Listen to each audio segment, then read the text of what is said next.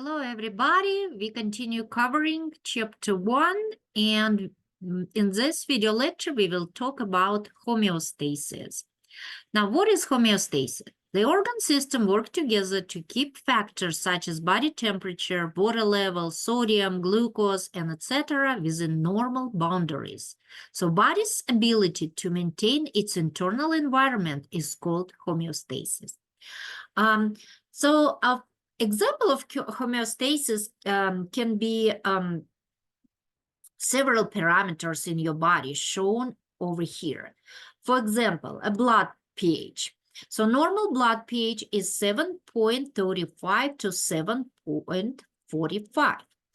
So below or above this normal means that body is out of homeostasis that can possibly cause a disease. Blood pressure, normal blood pressure is 120/80 milliliters mercury. Blood glucose is 90 to 100 milligrams per deciliter. Body temperature is 98.6 Fahrenheit or 37 Celsius, and heart rate is 60 to 100 beats per minute. Now, concentration of ions, like concentration of calcium or sodium or potassium, varies. That's why I'm not giving you any particular numbers over here. Now, what is responsible for such maintenance? So why your body temperature and blood pressure and blood pH stay normal? What are those body systems that are responsible for that? Well, we have two main body systems, nervous, including brain and spinal cord, and endocrine system that synthesize and secrete hormones that maintain your homeostasis.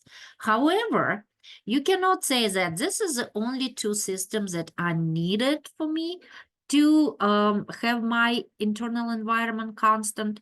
No, because all your body system works together to keep your parameters in these narrow limits.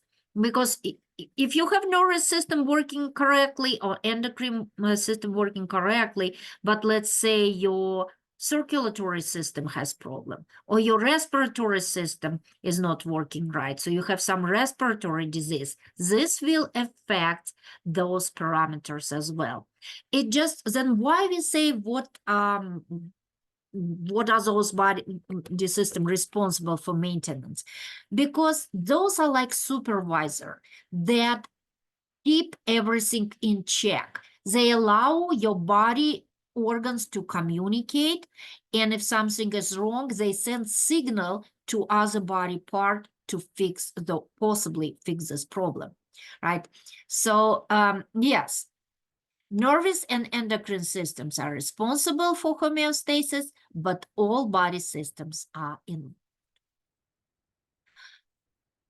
Homeostasis doesn't mean that conditions are maintained perfectly constant. Rather, there is an acceptable fluctuation.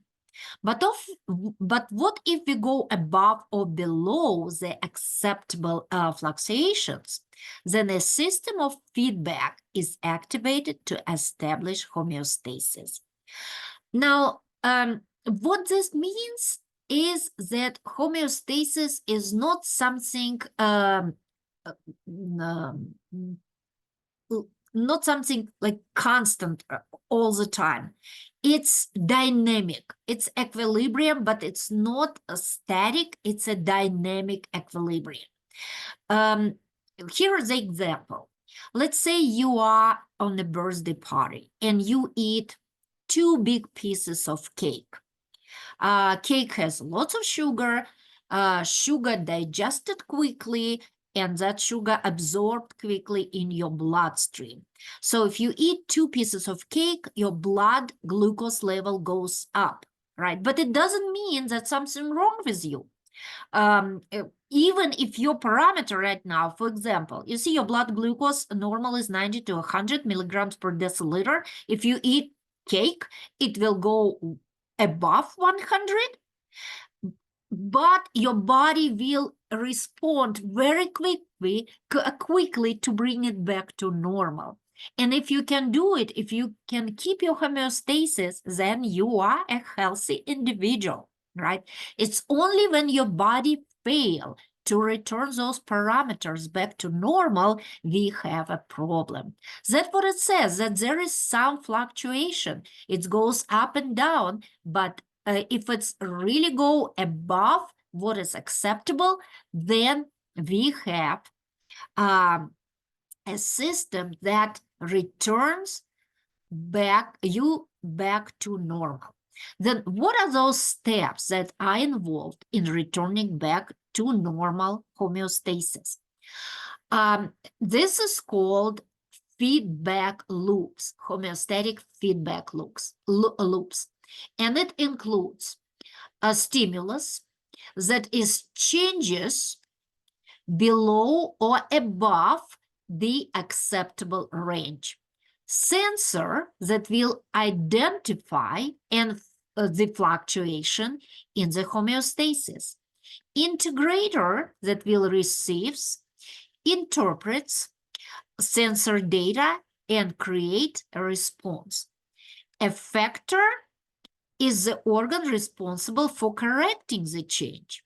Response will be the change and the result will be returned back to homeostasis. Right? Okay. I'm going to move all my marks over here. Now let's look at a specific example of homeostatic feedback loop. Let's look at the temperature, how your body regulates temperature. So let's say that it's a winter time and you're on the mountains and you go outside and it's really cold. Let's say it's 32 degrees of Fahrenheit, right? So what's gonna be your stimulus in this situation? Well, I'm sorry, this is talking about increase of body temperature. I was talking about decrease of body temperature. So back to my example, if you go outside and it's cold, then your stimulus would be decrease in the body temperature. But because this example takes us to an opposite direction, let's come up with another scenario. Let's say that you are in a hot summer day and you go outside and it's 110 degree. Let's say you are in the high desert. You have 110 degree outside. You go outside, this temperature, external temperature will affect your body. Your body temperature will increase as well. So that's your stimulus. So your stimulus is change in the condition. If we're talking about temperature, this is a stimulus is increase or decrease in the body temperature. So if you have increase in the body temperature, you need a sensor to sense this change. Now the sensor gonna be temperature receptors in your skin and in hypothalamus. Hypothalamus is a part of your brain, right? So it's, your brain is in your cranium. So the part of the brain called hypothalamus has those thermoreceptors. So they will be sensors. Now those receptors will sense body temperature. What they going to do? Well, they gonna send this signal to integrator. And your integrator will be hypothalamus as well. So when hypothalamus receives this signal from temperature receptors, that body temperature goes up, it's gonna compare your body temperature with a normal range. Okay, so it's not normal, it's above the normal. And it's make a decision what to do about it. Now, hypothalamus gonna send signal to the effector. Now, what would be effectors? Effectors, they can produce a response. So that means effectors can do something to deal with this change. In this situation, effectors gonna be your skin, blood vessels, and sweat glands. Now think about you getting really hot. When you hot, um, what's gonna happen with you? Are you gonna sweat? Yes, you're gonna sweat. Are you gonna get pink, like your cheeks, maybe your forehead, your hands? They gonna really hot and pink. Why they get pink? Because the blood vessels in your skin dilate and more blood flows to your skin, and blood is warm. So when your blood vessels dilate and you have a lot of blood rushing to your skin, this heat will radiate over your body. So you will lose this heat, and that will cool you down, right? So the effect are gonna be blood vessels in your skin and sweat glands. Now, what gonna be your response? Blood vessels in skin will open to release heat from surface, and sweat glands in skin release heat as sweat, right? As you sweat. And what would be the result?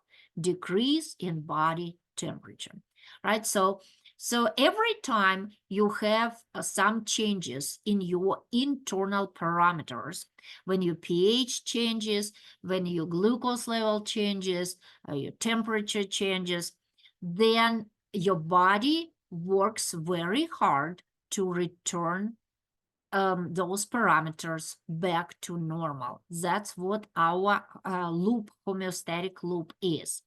And in homeostatic loops, you have steps, starting with the stimulus, including sensor, integrator, effector, response, and result.